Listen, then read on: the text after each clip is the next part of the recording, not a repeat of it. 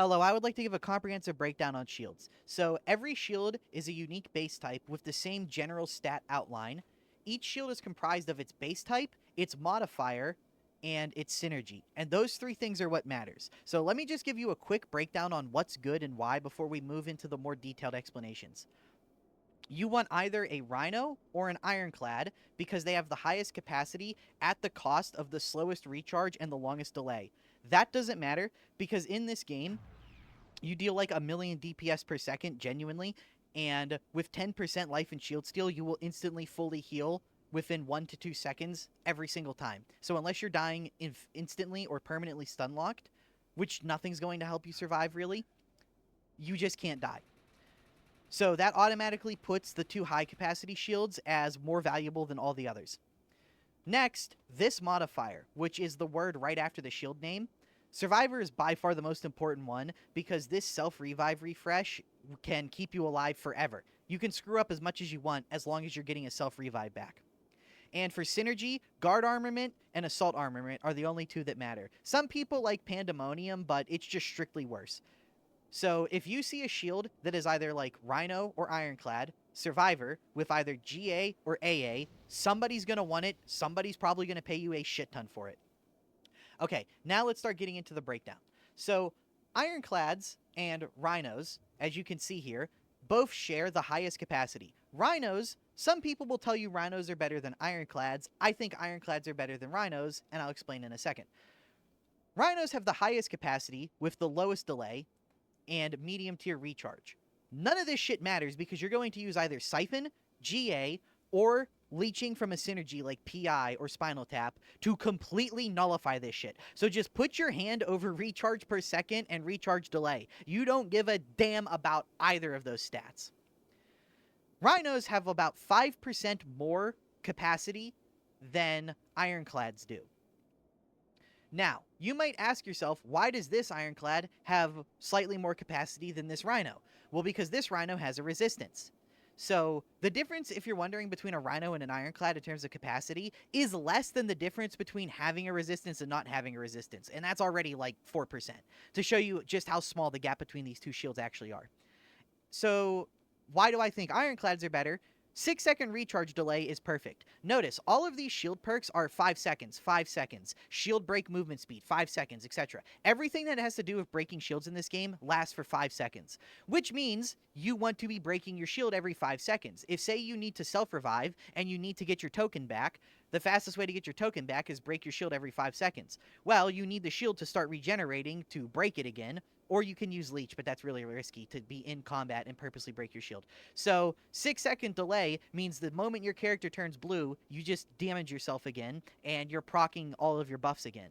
So yeah, you're giving up like 3% capacity to be able to spam this on cooldown. Whereas this, you're missing out on, like, because of this 9-second delay, you're missing out on the consistency. But really, they're about as good as one another. So let's talk about the other shield types now.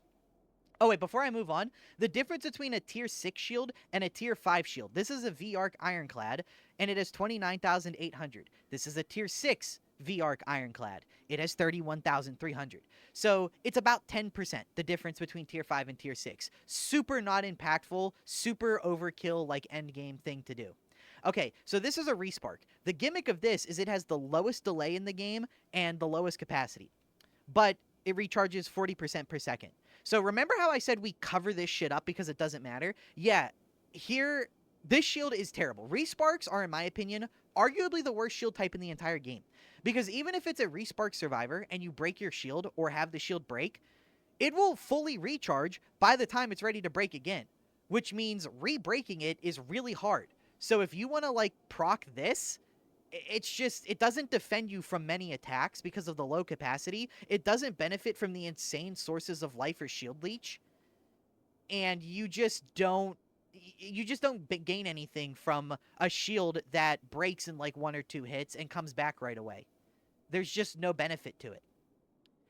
Hurricanes are awful for much the same reason. These have, as you can see here, like the exact same, literally, a Hurricane V-Arc has the exact same capacity as a Respark with a resistance. I didn't even know that until recording this. But This recharges instantly, 95% in 1 second after the 6-second delay. So remember how we're just using Leech and instantly healing our shield and covering those two numbers up? Yeah, this shield looks very not impressive when you consider that, right? And again, even if you, like, let's say right here, this is a Firewall Survivor. Let's say you want to proc Survivor to get your token back. You went down in an expo, sake of the argument. Well, now your shield's back, and this also begs the question, why aren't you just using a Respark if you want to use a Hurricane? 6-second delay to instantly get 18,000 back with the 95% regen. Or 2.4-second delay, and then every second you get 40%. So after 2.4 seconds, this starts, and after 2 seconds of this, you get 80%.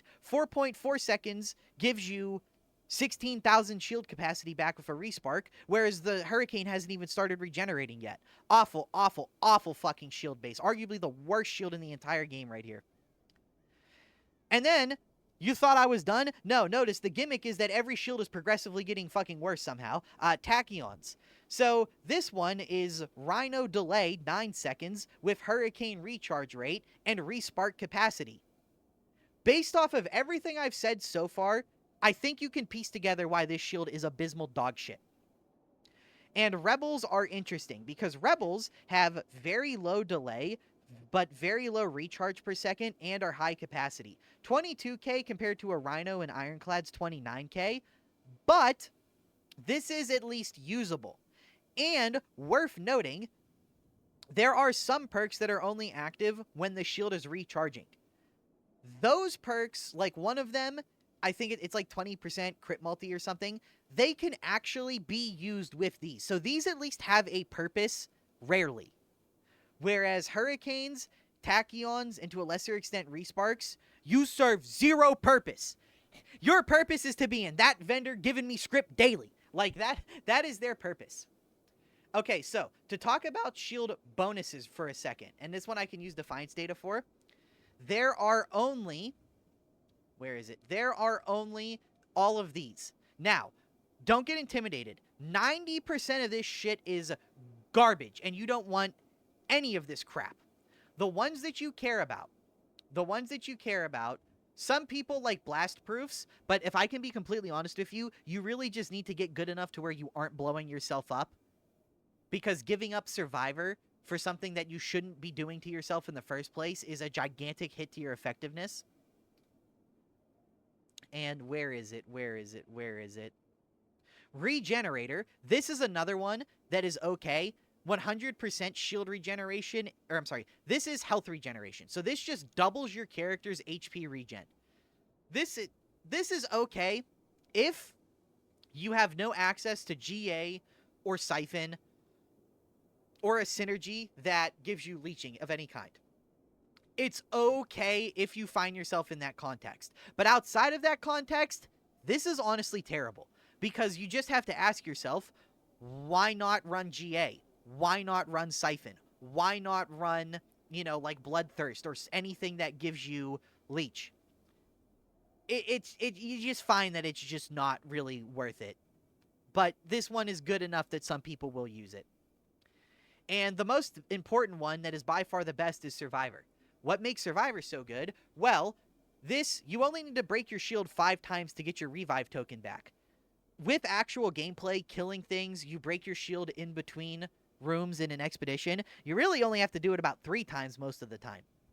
So this gives you the ability to farm your revive token back. Then you consider that perks like One for All allow you to turn 1 revive token into possibly 3. Yeah, that is incredibly strong. The value of sustain on that beats everything else. Oh, there is another thing I do want to mention real quick that I completely forgot. Bullseye. Crit multi when shield is down. There is a perk in-game, and especially for War Master, people will do this. Let me see if I can find it. There is this perk right here. 45% crit multi when shields are empty. There are people that will use, like, Nerves of Steel, Killer Be Killed, on, like, a Wolfhound to get, like, on like an ID Wolfhound to get, like, 20 times crit multi and do, like, 7 million damage a shot to War Master whenever he comes out.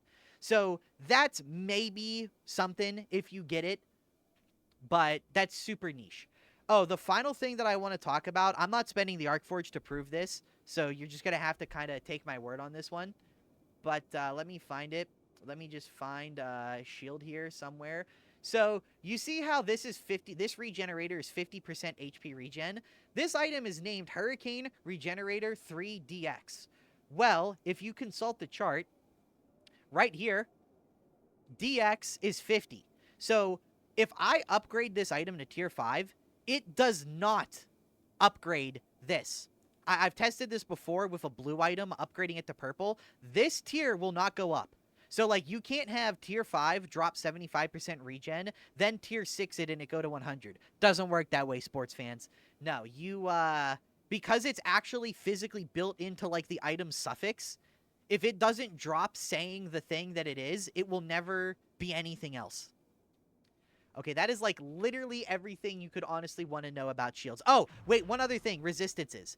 For endgame content, you really want your shield to either be resistant to bio or radiation. However, survivors can't be resistant because you see how it's V-arc? Well, if I do, you'll notice that like every V-arc shield, and there's another one right here, is not... You see how these all have in common Survivor, V-arc, no resistance? Yeah, this is how this perk drops. So, you know, that's the other reason you might go say Regenerator, is so you could have resistance to bio or radiation. And for PvP, this completely changes. Quick breakdown on PvP. Basically, you either want bio or rad. Again, mostly rad because that's what most people are gonna use. And you still want leeching and you still want high capacity. Oh, wow, what a shock. Because most PvP engagements are between one person, and whoever has the highest health value and damage value wins. So really, the only thing that changes is you just kind of need radiation resistance, and you really don't care about this. You know, you'd rather have something like... you'd rather have something like Guardian. I'm sorry, not Guardian. I thought completely fucked up there. You want something, like a reloader or like a regenerator, something that will help you get back into another fight. I don't really care about PvP, so take that shit with a grain of salt. Doesn't really change much. Okay, that should be everything about shields.